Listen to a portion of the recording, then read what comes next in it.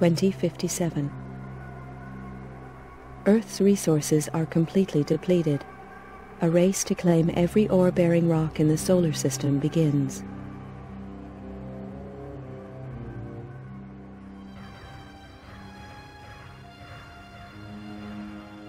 (2079). Tension grows as opposing nations compete for ever-declining resources and expand their military capabilities in space. 2085. Eurofed Deep Space Survey ship Argo is impounded by SDRAF coalition forces. 3 ships are destroyed in the ensuing police action. Negotiations fail and war breaks out. 2086. The war escalates and military resources on all sides are rapidly depleted. 2087. The final fleet action takes place at Nereus Harbor, orbiting Neptune. Within days, the battle is finished. Damaged and badly irradiated, the flagship Damocles is the only cruiser to survive the conflict. The war is over. Powerful multinational corporations unite to take control and restore order to the tatters of society. With little remaining military or financial resources, Earth's governments are stripped of their powers and are forced to demilitarize. The construction of capital-class armed spacecraft is outlawed. 2089. The corporations continue the exploitation of space, making vast profits to further strengthen their position.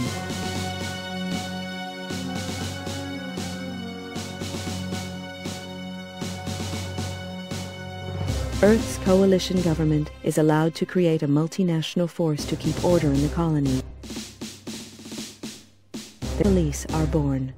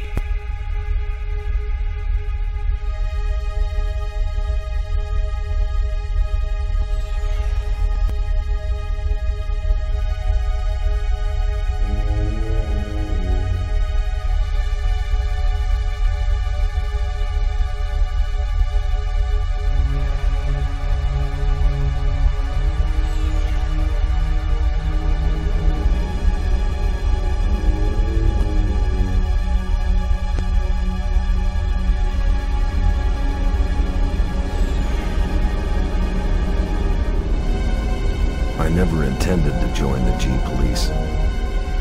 A lot of vets did after the collapse, but I'd seen enough killing. And killing's what it's all about. When they first hit the colonies, the G Police operated like any other Earth-based force. They got slaughtered by the truckload, and it was clear that the frontiers required more forceful policing. Close air support was introduced in the shape of the AG-60 Havoc. I'd flown these babies on Mars during the war, and they were past their prime even then. Lack of funding from Earth means that these ships are still in frontline service. Second-hand machines flown by second-hand crews. Which doesn't make the job any easier. G Police are supposed to represent government authority in the colonies, but I knew the score. Most smart cops did now. Keep the population under control and try and turn a blind eye to any shady corporation deals. G Police are all volunteers, usually vets with time on their hands. There's a few high-minded idealists who think they can make a difference, but the majority are just running from problems back on Earth. The G Police ask no questions. If you're willing and you're up to it, you're in. Elaine Slater was one of the idealists. She was on her 4th tour as a Havoc pilot on Callisto. She's dead. Another good cop among many. They don't keep count anymore, but Elaine Slater was different. She was my sister. The inquiry gave a verdict of suicide linked to stress and depression. I didn't buy that. Elaine had won commendations for closing a couple of big cases, and she'd even hinted at a new romance. Depression just didn't fit the picture.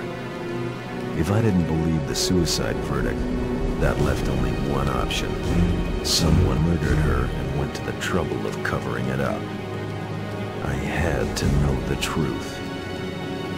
With a couple of street contacts and most of my savings, I bought a new identity and signed up as a Havoc pilot in the colonies. My military record got me a posting to the main hotspot, Callisto, to Elaine's old unit. I knew I'd have to watch my back out there. If anyone found out I was Elaine's brother, I was as good as dead. Welcome to Callisto, Mr. Taylor. I'm Commander Horton, and I run this operation. I don't know who you were trying to fool with that false name, Bull Slater, but it's not gonna work on me. I'd met some of the pilots already. They seemed pleasant enough. Horton was another story. A horror story. He talked tough and looked tougher. That hunk of tin hanging around his brain hadn't slowed him down, though. He'd spotted my phony ID and was not impressed.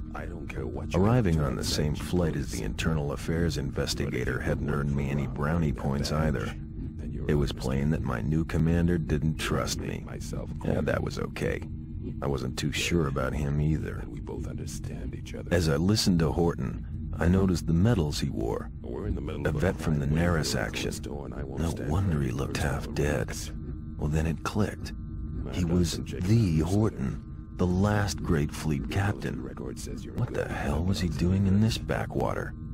I don't trust you, Slater, and I'm gonna be watching a hawk. Your first briefing is tomorrow at 0500 hours in the main briefing room.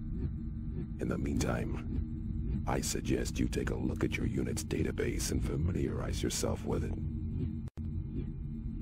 That's all for now, Slater. Dismissed.